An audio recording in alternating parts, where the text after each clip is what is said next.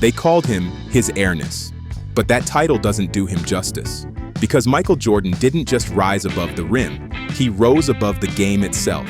Before LeBron rewrote the record books, before Kobe made greatness look poetic, and long before the internet turned basketball into content, there was Michael Jeffrey Jordan, a man whose very existence redefined what it meant to be dominant, a man whose failures built his legend as much as his victories did, and a man so iconic that even his silhouette became more famous than most athletes' names. This is the true story of how good Michael Jordan actually was. Not the hype, not the nostalgia, but the cold, unfiltered truth behind the man, the myth, and the god of basketball. Let's start with something that shouldn't be possible. Michael Jordan scored 50 or more points in the playoffs 8 times. That's more than Kobe, Durant, LeBron, and Wilt combined. He had more 40-point playoff games than Kareem, Iverson, Curry, and Dwyane Wade put together. And he's the only player in NBA history who had more games scoring 40-plus than games scoring under 20. That's not dominance, that's distortion. Most superstars have off nights. Jordan didn't. And even when he did, off meant 27 points instead of 37. He played like the game owed him something. He'd drink, smoke cigars, play golf before tip-off, and still drop 45 on you like it was nothing. Opponents didn't just lose to him, they lost sleep. But before the icon, there was a failure. At 15, a skinny kid from Wilmington, North Carolina, 5 feet 10 inches, 150 pounds, tried out for the varsity basketball team and got cut. He was told he wasn't good enough, not tall enough, not ready. So he went home, locked himself in his room, and cried. That rejection burned so deep that he kept the image of that varsity list taped to his wall. Every time he trained, every sprint, every jumper, he looked at it. He wasn't just practicing to improve. He was practicing for revenge. Then the growth spurt came. 5 inches in 1 year. Suddenly, the same kid who couldn't even dunk was hanging in the air like gravity had rules for everyone except him. By the end of high school, Jordan averaged 27 points, 12 rebounds, and 6 assists. He turned failure into fire, and that fire would never go out again. At the University of North Carolina, Jordan was talented, but not yet transcendent. He was the third option behind James Worthy and Sam Perkins. He wasn't the loudest, the flashiest, or the most confident. But then came the moment. NCAA championship game, North Carolina versus Georgetown. Tie game, 15 seconds left. Jordan gets the ball in the corner, rises, fires, swish. That single shot made history. Dean Smith, his legendary coach, later said, "That was the moment Mike became Michael." From that point, his confidence became limitless. Over the next 2 seasons, he became College Player of the Year, a 2-time All-American, and the face of college basketball. But even then, the world didn't realize how high he'd go. Because in the 1984 NBA draft, the most stacked class in history, he went 3rd, behind Hakeem Olajuwon, behind Sam Bowie. Portland needed a center. Chicago got a revolution. When Jordan stepped into the NBA, he wasn't trying to fit in, he was trying to take over. In his first preseason, Bulls coach Kevin Lawfery told management, "You didn't mess up this draft." From the first week, you could see it. He was faster than everyone. He jumped higher than everyone. He competed harder than everyone. It wasn't arrogance, it was obsession. In his rookie season, he averaged 28 points, 6 rebounds, 6 assists, and shot 51%. He instantly became Rookie of the Year and the league's most exciting player. Every game felt like a highlight reel. Every dunk felt like an event. And it wasn't just the dunks, it was the hang time. That strange, physics-breaking moment where everyone else came down and he didn't. By year 2, fans weren't asking if he'd be a star. They were wondering how long it would take for him to own the league. But then, in his second season, came his first major injury, a broken foot that kept him out for most of the year. The Bulls wanted him to sit out. Jordan wanted to play.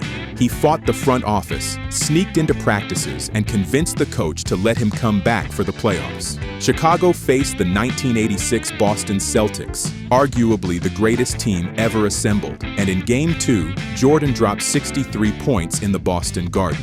Larry Bird said afterward, "That was God disguised as Michael Jordan." Even though the Bulls got swept, everyone knew they were witnessing something we might never see again. By 1987, Jordan was done waiting. He averaged 37 points per game, still the fifth highest single-season average ever. He led the league in steals, made all defense, and was clearly the best player alive. But basketball isn't tennis. One man can't win alone. In those years, Jordan's Bulls kept losing in the playoffs.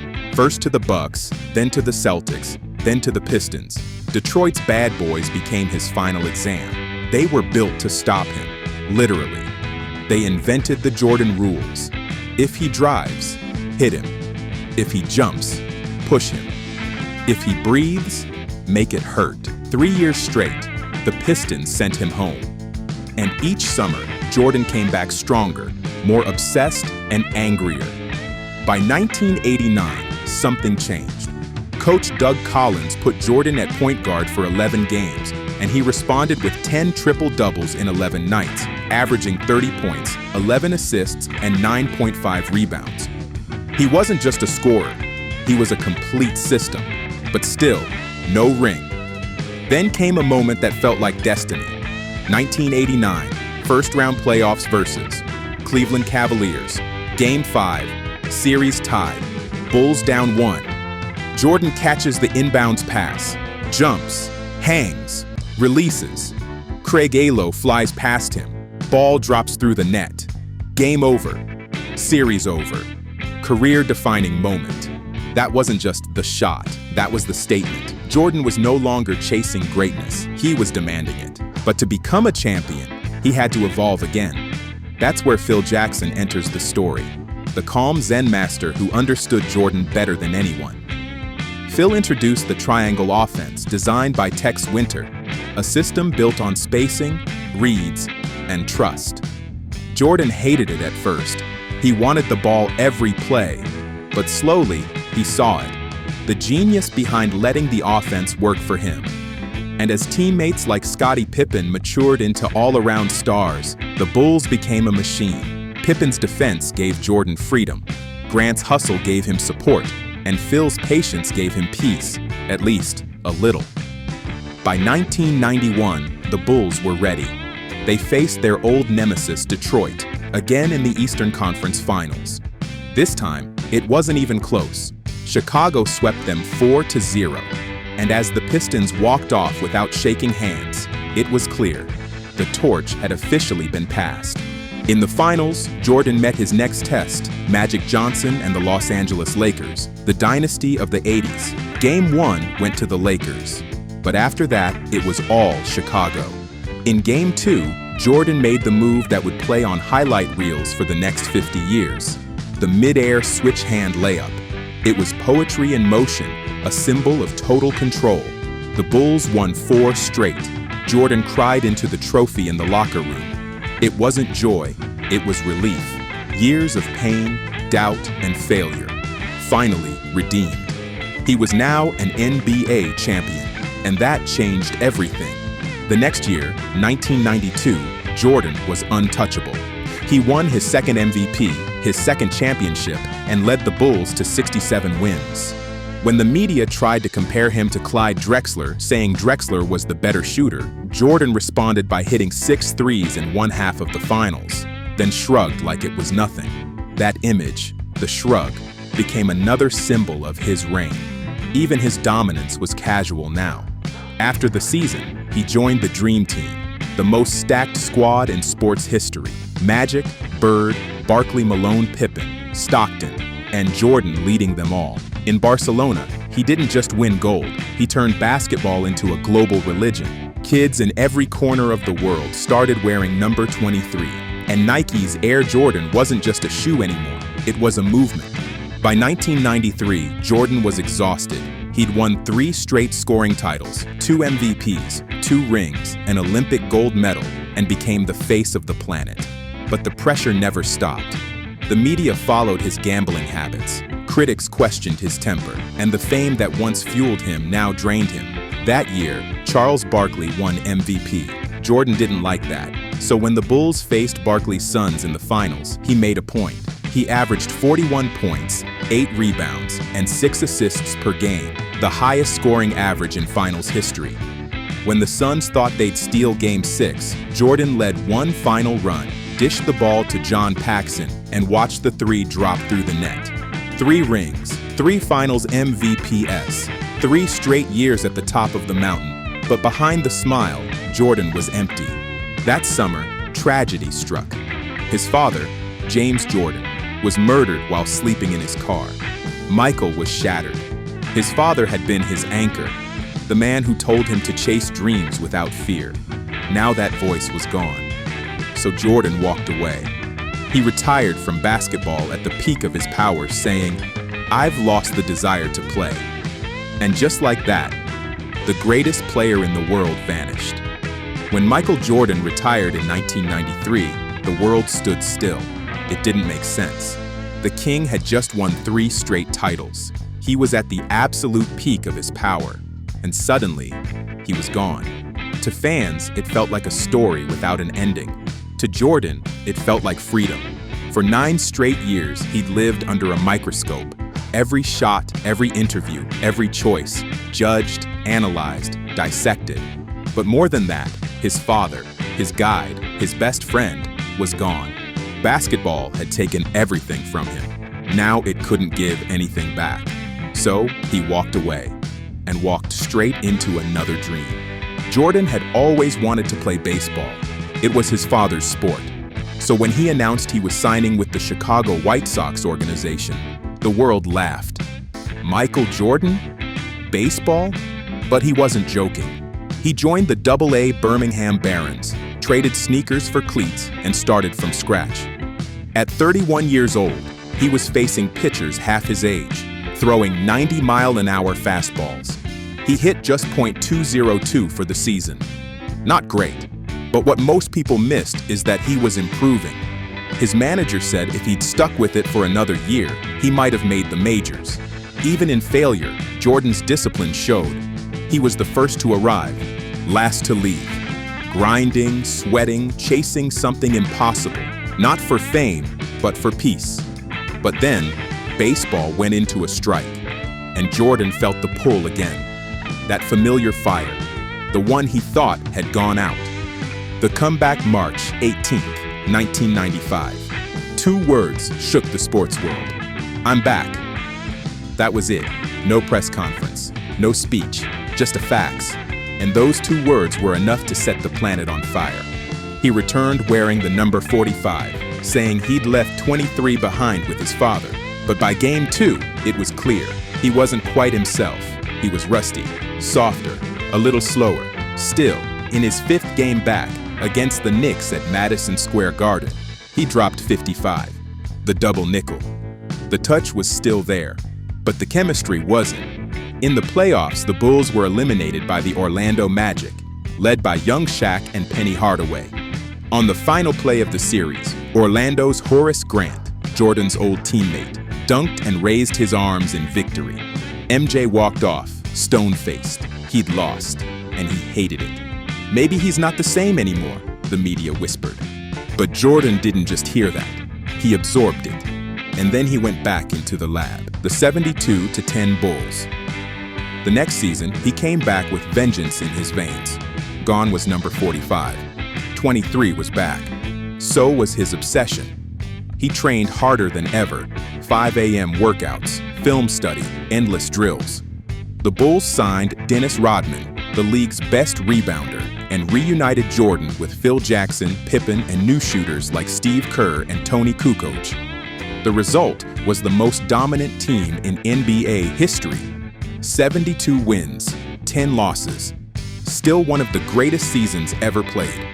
Jordan won MVP, All-Star MVP, and Finals MVP, the only player to do that in one season since Willis Reed.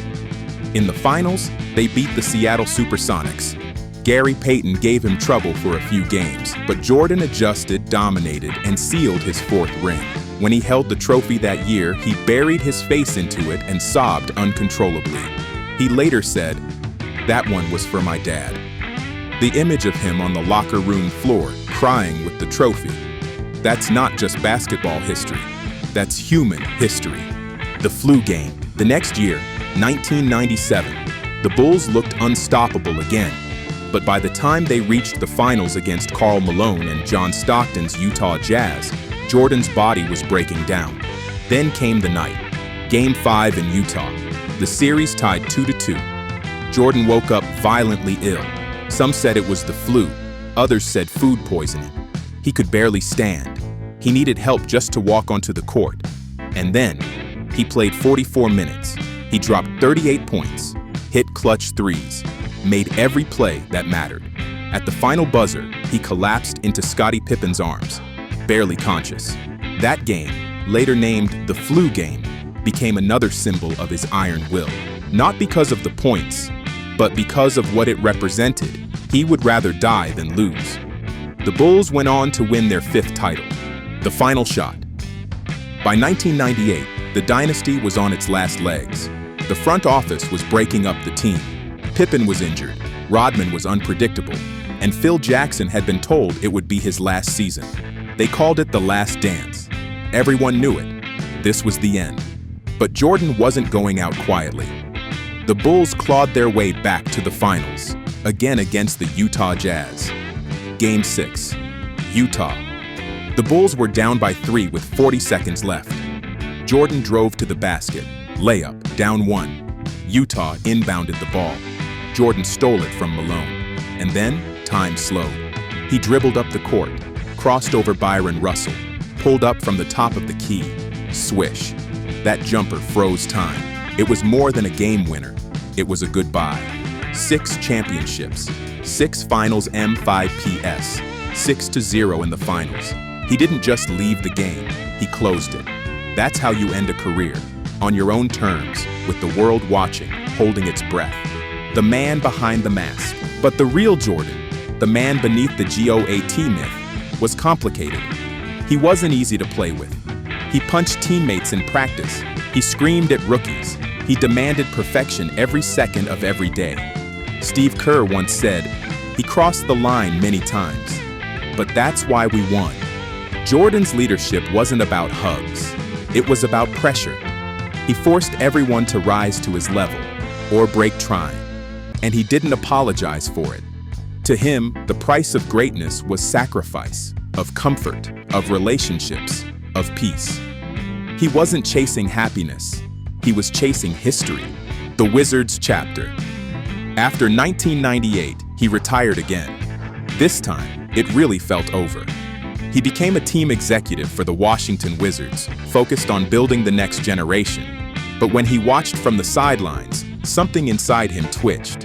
He missed the competition, the pressure, the chase. So, in 2001, at age 38, he came back. He wasn't Air Jordan anymore. He was Ground Jordan, older, slower, but still dangerous. In one game, he scored 51 points. In another, 45 the next night.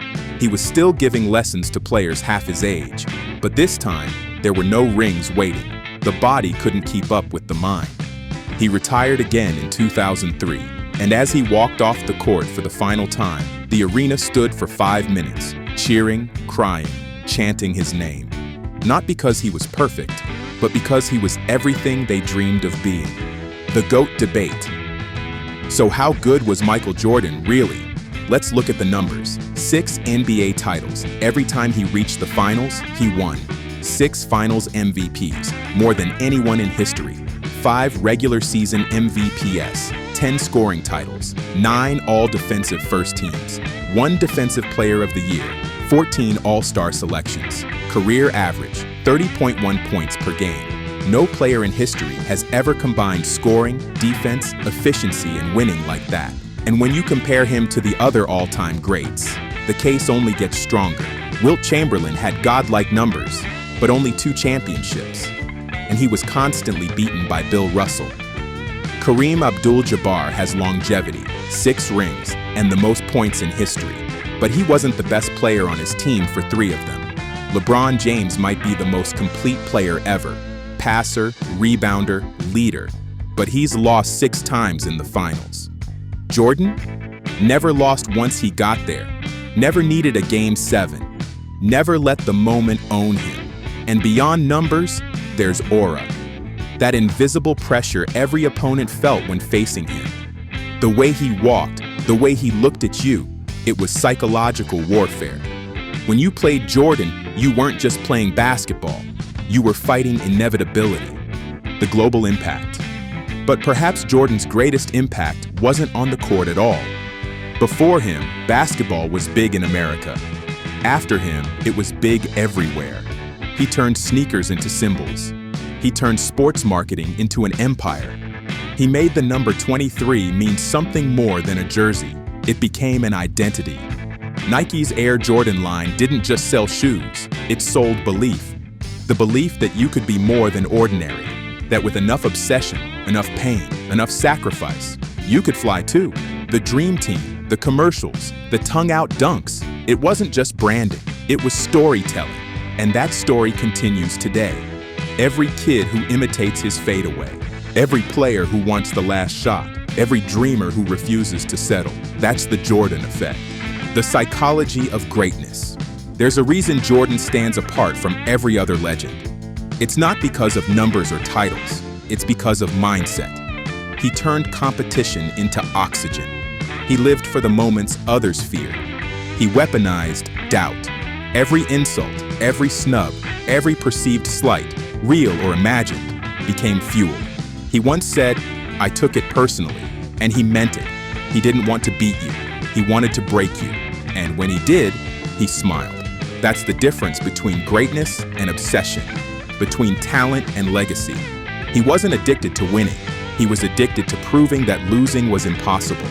The legacy lives on.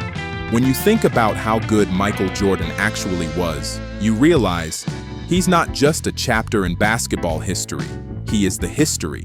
Every star who came after, Kobe, LeBron, Durant, was chasing his shadow.